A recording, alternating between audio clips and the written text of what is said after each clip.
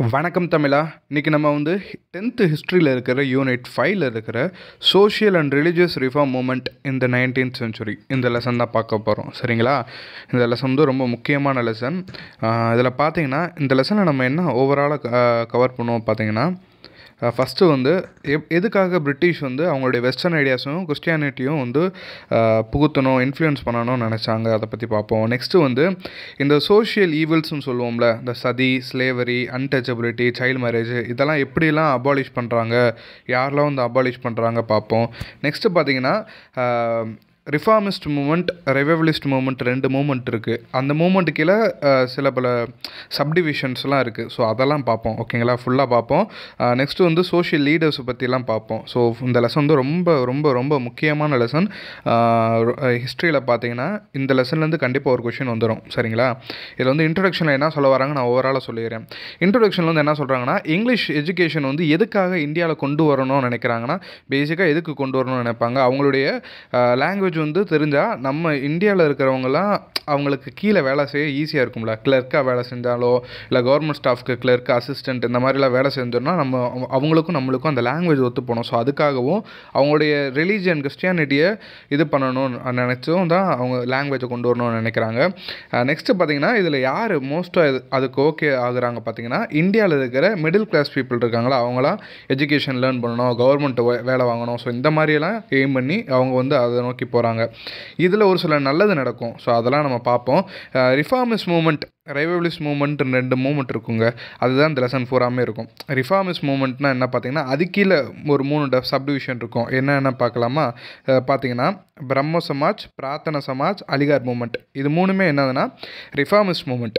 Next பார்த்தீங்கன்னா ரைவலிஸ்ட் movement பார்த்தீங்கன்னா Arya Samaj, Ramakrishna mission and Deoband movement. ஓகேங்களா? இந்த 3மே ரெவைவலிஸ்ட் மூமெண்ட். நெக்ஸ்ட்டு பார்த்தீங்கன்னா இதில் வந்து சோஷியல்ஸ் லீடர்ஸை பற்றி யாரெல்லாம் அதாவது டிப்ரெஸ்டு பீப்புள்ஸுக்காக, நம்ம அன்டச்சபிலிட்டிஸ் முன்னாடி சொல்லியிருந்தாங்களே, ஸோ அவங்களுக்காகலாம் போராடி ஜெயித்தவங்க யார் பார்த்தீங்கன்னா, பூனேயில் பார்த்தீங்கன்னா ஜோதிபா பூலே அவங்களுடைய ஒய்ஃபு, அவங்கள பற்றி பார்ப்போம். நெக்ஸ்ட்டு நாராயணகுரு, ஐயங்காளி, இவங்க 2 பேர் கேரளாவை சேர்ந்தவங்க, இவங்க எப்படி அன்டச்சபிலிட்டிஸுக்கு எதிராக இருந்திருக்காங்க பார்ப்போம். நெக்ஸ்ட்டு தமிழ்நாடை சேர்ந்த ராமலிங்க அடிகள் அண்ட் அயோத்தியதாசன், நம்ம எல்லாத்துக்கும் தெரியும் ராமலிங்க அடிகளாரை பற்றி. ஸோ அவங்க எப்படி இது பண்ணாங்க அதெல்லாம் பற்றி இந்த லெசனில் ஃபுல்லாக பார்ப்போம். ஓகேங்களா? ஃபஸ்ட்டு வந்து பிரம்ம சமாஜ், இதை பற்றி பார்த்துடலாமா? நான் இந்த வீடியோ இதான் ஃபஸ்ட்டு நம்ம சேனலை பார்க்குறீங்கன்னா சப்ஸ்கிரைப் பண்ணிக்கோங்க. சரிங்களா? நம்மளுடைய ப்ரீவியஸ் வீடியோலாம் போய் பார்த்தீங்கன்னா உங்களுக்கு ரொம்ப பிடிச்சி போகும். ஏன்னா ஈஸியாக புரிகிற மாதிரியும் தமிழாக்கத்தோட, இங்கிலீஷ் மீடியம் படித்தவங்களுக்கு தமிழாக்கத்தோட சொல்லுவேன், தமிழ் மீடியம் படித்தவங்களுக்கு ஒரு ரெக்லெக்ஷன் மாதிரி இந்த வீடியோஸ்லாம் இருக்கும். ஏன்னா தமிழில் தான் நான் சொல்கிறனால அவங்களுக்கும் இது புரியும். ஸோ 2 மீடியம் படித்தவங்களும் இதை பார்க்கலாம். ஏன்னா எக்ஸ்ட்ரா கண்டென்ட்ஸ் வந்து யூடியூப்பில் பார்த்தா அவங்களால தெரிஞ்சுக்க முடியும். ஏன்னா நீங்களாக படித்தா புக்கில் இருக்கிற மட்டும்தான் படிக்க முடியும். யூடியூப் வீடியோ இந்த மாதிரிலாம் பார்த்தீங்கன்னா எக்ஸ்ட்ரா அவங்க சொல்லுவாங்க. நிறைய சேனல் சொல்கிறதில்ல. ஸோ நம்ம சேனல் வந்து சொல்கிறோம். ஸோ அதையும் பார்த்துக்கோங்க. இதில் பார்த்தீங்கன்னா ராஜாராம் மோகன் ராய் வந்து பிரம்ம சமாஜை வந்து ஆரம்பிச்சிருப்பார். எப்போ ஆரம்பித்தார் பார்த்தீங்கன்னா 1828 ஆரம்பிச்சிருப்பார். இவரை பற்றி இன்ட்ரொடக்ஷனில் கொடுக்குறாங்க. ராஜாராம் மோகன் ராய் வந்து என்னென்ன லாங்குவேஜ்லலாம் வெல்வர்ஸ்டாக இருக்கார் பார்த்தீங்கன்னா, அவருடைய லாங்குவேஜ் என்னது? பெங்காலி. அவர் இப்போ வந்து இந்த பிரம்ம சமாஜ் எங்கே நடக்குது பார்த்தீங்கன்னா பெங்காலில் நடக்கும். சரிங்களா? நெக்ஸ்ட் இவர் என்னென்ன லாங்குவேஜ்லலாம் வெல்வர்ஸ்டாக இருக்கார், நல்லா புலம் வாய்ந்திருக்கார் பார்த்தீங்கன்னா சான்ஸ்கிரிட்டு, அரபிக்கு, பெர்ஷியன், இங்கிலீஷ். ஓகேங்களா? அவருடைய லாங்குவேஜான பெங்காலிலையும் சேர்த்து தான். நெக்ஸ்ட்டு பார்த்தீங்கன்னா இவர் எதுக்கு ஆப்போஸ்டாக இருக்கார் பார்த்தீங்கன்னா, இவர் வந்து அந்த ரிலீஜியஸ் செரிமனி, அதை மூட நம்பிக்கை இந்த மாதிரிலாம் இருக்குல்ல, ஸோ இதுக்கெல்லாமே ஆப்போசிட்டாக இருக்கார். சோஷியல் ஈவில்ஸுக்கும் அகேன்ஸ்டாக இருக்கார். என்னடா சோஷியல் ஈவில் அப்படின்னா, சதின்னு சொல்கிறோம்ல, அதாவது கணவன் இறந்தப்பறம் மனைவி போயும் அந்த எரியிற இடத்துல போகணும்னு சொல்லுவாங்கள்ல. ஸோ சதி, சைல்டு மேரேஜு, குழந்தை திருமணம், அன்டச்சபிலிட்டி, தீண்டாமை இந்த மாதிரிலாம் இருக்கிறதெல்லாம் சோஷியல் ஈவில்ஸ்னு சொல்கிறோம். அதுக்கெல்லாம் அகேன்ஸ்டாக ராஜாராம் மோகன் ராய் வந்து இருக்கார். நெக்ஸ்ட்டு பார்த்தீங்கன்னா இவர் வந்து ஆன்டி ஐடல்ட்ரி அண்ட் மோனோதிசம், அதாவது ஒரே கடவுள் ஆனால் சிலை விக்கிரக வழிபாடு இருக்கக்கூடாது, சிலை வழிபாடு இருக்கக்கூடாது, இதை நம்பிக்கையாக இருக்கிறவர். இவர் எதை பேஸ் பண்ணி இப்படி சொல்கிறாரு பார்த்தீங்கன்னா, உபனிஷாந்துன்னு ஒரு நூல் இருக்குது. அது வந்து ஒரு புனித நூல். ஸோ அந்த நூலில் என்ன சொல்கிறாங்கன்னா, ஹிந்து வந்து ஏன்ஷியன்ட் டெக்ஸ்ட்டு ஹிந்துஸ் வந்து என்ன பண்ணியிருக்காங்கன்னா, மோனோதிசமும் ஒர்ஷிப் ஆஃப் ஒன் காட், ஒரே ஒரு கடவுளை தான் ஹிந்துஸ்லாம் அப்பயே வணங்கியிருக்காங்க. ஸோ இப்போ இத்தனை கடவுளா அப்படின்ட்டு அந்த மாதிரி ஒரு கேள்வி எழுப்புறாரு. நெக்ஸ்ட்டு பார்த்தீங்கன்னா இவருடைய இதில் இவர் பண்ண முக்கியமானது என்ன பார்த்தீங்கன்னா, இவர் வந்து பிரிட்டிஷ் சேர்ந்த ஒருத்தவர் யார், வில்லியம் பென்டிக் இருக்கார்ல, கவர்னர் ஜெனரல் வில்லியம் பென்டிக்கோட சேர்ந்து சதியை வந்து 1829 அபாலிஷ் பண்ணிட்டாரு. சரிங்களா? இவர் பண்ண முக்கியமானது அதுதான்.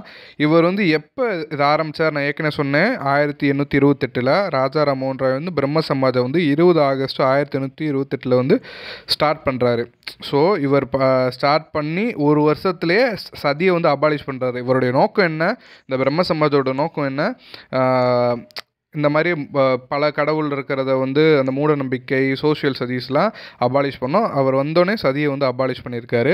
நெக்ஸ்ட்டு பார்த்தீங்கன்னா அவர் வந்து ஒரு கோயில் கட்டியிருக்காரு. இது என்ன சொல்கிறாங்களோ அதை நான் சொல்கிறேன், ஓகேங்களா? கோயில் கட்டியிருக்காரு எங்கே, கல்கட்டாவில். அந்த கோயிலில் பார்த்தீங்கன்னா எந்த விதமான விக்கிரகங்களும் இல்லை, எந்த ரிலீஜனுக்கான கிறிஸ்டியானிட்டியாக இருக்கணும், முஸ்லீமாக இருக்கணும், எந்த விதமான ஒரு சிம்பிள்ஸுமே அதில் இல்லை அந்த கோயிலில். அவர் என்ன சொல்கிறாருன்னா, அவங்க வந்து மக்கள் வந்து அவங்களுடைய வேண்டிட்டு போகட்டும், எதையும் பார்த்து ஒர்ஷிப் பண்ண தேவையில்லை. ஏன்னா அவர் வந்து எதுக்கு அகேன்ஸ்டாக இருக்கார், ஐடல்ட்ரிக்கு வந்து அகேன்ஸ்டாக இருக்கார். ஸோ விக்கிர வழிபாடு அவருக்கு பிடிக்காது. ஸோ அதனால் இப்படி பண்ணுறாரு. இதெல்லாம் என்ன ஆகுது பார்த்தீங்கன்னா, கடைசி மக்களிடையே, அதாவது நார்மல் பீப்புள்ஸ் இருக்காங்கள்ல, மிடில் கிளாஸ் பீப்புள் வந்து இதை அக்செப்ட் பண்ணிக்கிறாங்க. ஏன்னா அவங்க வந்து இப்போ எஜுகேஷனில் வந்துட்டாங்க, கவர்மெண்ட் அஃபீஷியல்ஸாக வந்துருக்காங்க. ஸோ அவங்களுக்கு வந்து கொஞ்சம் இந்த மூட நம்பிக்கை மேலாம் நம்பிக்கை இல்லாமல் போகுது. ஆனால் என்ன, புவர் பீப்புள்ஸ் இருக்காங்களே, படிக்காத பாமர மக்கள் இருக்காங்க, அவங்களாம் என்ன பண்ணுறாங்கன்னா இது வந்து நம்பிக்கை இல்லாமல் இருக்காங்க. ஏன்னா அவங்க இத்தனை வருஷமாக வந்து கடவுள் நம்பிக்கை, இந்த மூட நம்பிக்கை எல்லாம் இருக்காங்க. ஸோ திடீர்னு வந்து மாறணுமா அப்படின்னு கேட்டால் அவங்க மாற விரும்பலை. ஓகேங்களா? இதெல்லாமே பெங்காலில் நடக்குது. சரிங்களா? இவருக்கு அப்புறம் யார் வராரு பார்த்தீங்கன்னா, தபேந்திரநாத் தாகூர், மகரிஷி தேபேந்திரநாத் தாகூர். இவர் யார் பார்த்தீங்கன்னா, நம்ம ரவீந்திரநாத் தாகூர் இருக்கார்ல, அவரோட அப்பா தான் தேபேந்திரநாத் தாகூர். இவர் வந்து ராஜா ராம்மோகன் ராய் இறந்ததுக்கப்புறம் அவர் இதை இந்த இதை வந்து எடுத்து நடத்துகிறாரு. இவர் வந்து ஒரு 4 பிரின்சிபல் வந்து போட்டிருப்பார். இது அதே தான், ஒரே ஒரு சுப்ரீம் கடவுள் தான் இந்த யூனிவர்ஸை கிரியேட் பண்ணல, அந்த சுப்ரீம் கடவுளை தான் நம்மளாம் வணங்குறோம். ஸோ அவர் தான் ட்ரூத்து, பவர், எட்டர்னல், இந்த மாதிரிலாம் சொல்கிறாங்க. நெக்ஸ்ட்டு பார்த்தீங்கன்னா அவருடைய சித்தத்தை செய்கிறது தான் நம்மளுடைய கடமை, இந்த மாதிரிலாம் சொல்கிறாங்க. ஓகேங்களா? இதுதான் இந்த தேபேந்திரநாத் தாகூர் எடுத்துகிட்டு வந்த பிரின்சிபல்ஸ். நெக்ஸ்ட்டு பார்த்தீங்கன்னா கெசப் சந்திரசன். இவரும் பிரம்ம சமாஜுக்கும் என்ன சம்மந்தம் பார்த்தீங்கன்னா, தேபேந்திரநாத் தாகூர் வந்து ஒரு மாடரேட்டான ரிஃபார்மராக இருக்கார், ஒரு மிதவாதியாக இருக்கார். அந்த புதுசாக அவர் அந்த இதெல்லாம் இருக்காங்களே, ஃபாலோவர்ஸ்லாம் இருக்காங்களா, அவங்க வந்து என்ன பண்ணுறாங்கன்னா, கொஞ்சம் ரேப்பிட் சேஞ்ச் வேணும், ஒரு மாற்றம் வேணும் இந்த சமாஜில் நினைக்கிறாங்க. அப்படி வரவர் யாருன்னு பார்த்தீங்கன்னா கெசப் சந்திரசன். இவர் வந்து இந்த மூமெண்ட்டில், இந்த பிரம்ம சமாஜில் வந்து 1857 வந்து ஜாயின் ஆகுறாரு. இதில் வந்து ஒரு பிளவு ஏற்படுது. என்ன பிளவு பார்த்தீங்கன்னா, இந்த கெசப் சந்திரசன் வந்து விலகி போகிறாரு. அவர் பின்பற்றி பல பேர் போயிடுறாங்க. எப்போனா 1866. ஓகேங்களா? நெக்ஸ்ட்டு பார்த்தீங்கன்னா கெஷப் வந்து இந்த சமாஜம் வந்து லெஃப்ட் ஆகி ஏற்கனவே சொல்லிட்டு நியூ ஆர்கனைசேஷன் ஆரம்பிப்பார். இந்த தேபேந்திரநாத் தாகூர் என்ன பண்ணுறாருனா, இந்த பிரம்ம சமாஜ பேரை லைட்டாக மாற்றுறாப்புல, மாடிஃபை பண்ணுறாரு. என்ன பண்ணுறாருனா ஆதி பிரம்ம சமாஜ்னு மாற்றிடுறாரு. அந்த கெசப் சந்திரசன் புதுசாக ஒரு சமாஜம் ஆரம்பிச்சிருந்தார்ல, இவர் என்ன பண்ணிட்டார்னா, இவருடைய 14 வயசு மகளை வந்து ஒரு இந்தியா ராஜாவுக்கு வந்து, இந்தியன் பிரின்ஸுக்கு வந்து கல்யாணம் பண்ணி கொடுத்துட்டாரு. இதை வந்து பாதி பேர் வெறுத்து போயிட்டாங்க. ஏன்னா அவங்க எதுக்கு இந்த சமாஜம் ஆரம்பிச்சிருக்காங்க, சைல்டு மேரேஜு, சதி எல்லாம் அபாலிஷ் பண்ணணும்னு ஒரு நோக்கம். ஆனால் இவரே பார்த்தீங்கன்னா 14 வயசு அவர் மகளே கல்யாணம் பண்ணி கொடுத்துட்டாருன்னு கோவத்தில் அவங்க எல்லாமே, அவர் ஃபாலோவர்ஸ் எல்லாமே பாதி பேர் அவர் விட்டு விலகி புது சமாஜ் ஆரம்பிக்கிறாங்க.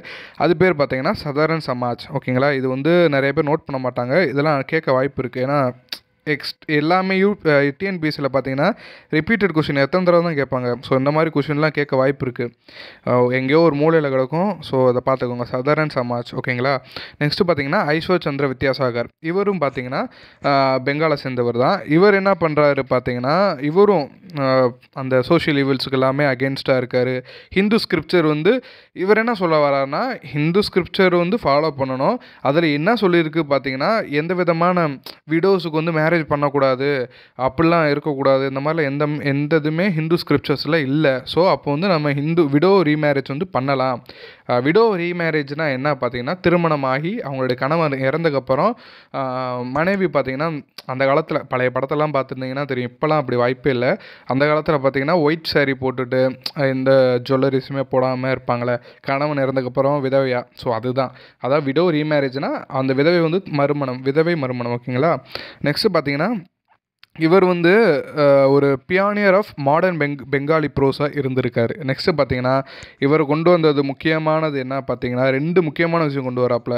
என்ன பார்த்தீங்கன்னா, இவர் பண்ணனால என்ன ரிசல்ட் ஆகுதுன்னா, விடோ ரீமேரேஜ் ஆக்ட் வந்து 1856 வந்து ஒரு ஆக்ட் கொண்டு வராங்க.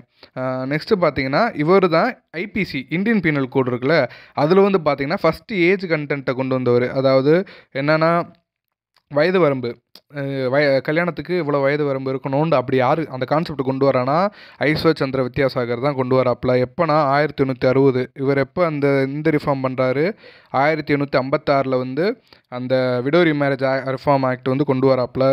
1860 வந்து ஃபஸ்ட்டு ஏஜ் கண்டென்ட் வந்து 10 வயசு. இவர் கொண்டு வரது வந்துன்னா ஃபஸ்ட்டு 10 இயர்ஸுக்குள்ளே தான் 10 இயர்ஸ்க்கு அப்புறம் தான் மேரேஜ் பண்ணணும்னு கொண்டு வராரு. அப்போ பார்த்துக்கோங்க, அப்போல்லாம் எப்போ கல்யாணம் பண்ணியிருக்காங்கன்ட்டு.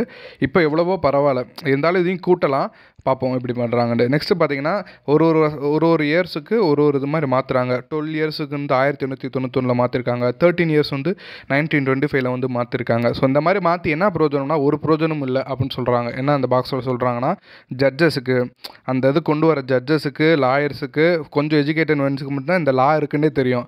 பாதி பேர் இது தெரியாது, தெரிஞ்சாலும் தெரியாத மாதிரி காட்டிக்கிடுவாங்க. இப்பயுமே அப்படி தான் நிறைய சைல்ட் மேரேஜ்லாம் நடக்குதுல்ல. ஸோ அந்த மாதிரி தான் அப்பயும் நடந்திருக்கு. ஸோ இது வந்து நோ யூஸ்ன்னு சொல்கிறாங்க. ஆனால் இப்போ வந்து ஸ்ட்ரிக்ட் ஆயிடுச்சு. ஓகேங்களா. நெக்ஸ்ட்டு பார்த்தீங்கன்னா, பிரார்த்தனை சமாஜ். இந்த சமாஜை பற்றி அடுத்த வீடியோவில் பார்ப்போம். ஏன்னா ஒரே வீடியோ கொஞ்சம் லென்த்தாக போகிற மாதிரி இருக்குது. ஸோ 11 மினிட்ஸ் உங்களுடைய டயத்தை வந்து நீங்கள் தனியாக படிச்சிங்கனாலும் இதோட அதிகமாக தான் ஆகும். இப்போ நான் சொன்னதை நீங்கள் கேட்டாலே நல்லா படித்த மாதிரி தான் இருக்கும் எனக்கு தெரிஞ்சு. ஒரு தடவை ரீட் பண்ணாலே போதும். ஸோ ஓகேங்களா. ஸோ நெக்ஸ்ட் பார்ட் வந்து அடுத்த டிஸ்கிரிப்ஷனில் இருக்கும். கண்டிப்பாக டிஸ்கிரிப்ஷன்னா நம்ம வீடியோ கீழே அந்த பேர்லாம் போட்டிருக்கு பார்த்தீங்கன்னா, 10th சிவிக்ஸ்ன்னு, அதை டச் பண்ணிங்கன்னா கீழே வந்து இருக்கும் டிஸ்கிரிப்ஷன். அதெல்லாம் அதில் லிங்க் இருக்கும். அதில் இல்லைனா கமெண்ட் செக்ஷனில் போய் பிளேலிஸ்ட் இருக்கும், 10th ஹிஸ்ட்ரி பிளேலிஸ்ட்டுன்னு இருக்கும். அதை டச் பண்ணிங்கன்னா அப்படியே ஒரு வீடியோவாக பார்ட்டாக இருக்கும். அதை ஃபுல்லாக பார்த்துருங்க. ஒரு வீடியோ ஸ்கிப் பண்ணாமல் பாருங்கள். நம்ம சேனலை மறக்காமல் சப்ஸ்கிரைப் பண்ணிக்கோங்க. எல்லா வீடியோஸும் நம்ம போட்டுருவோம். எதுவும் போட மறந்துட்டோம், சப்போஸ் மறந்துட்டோம்னா கமெண்ட் செக்ஷனில் கமெண்ட் பண்ணுங்கள், நான் கண்டிப்பாக போடுவேன். ஓகேங்களா. தேங்க்யூ.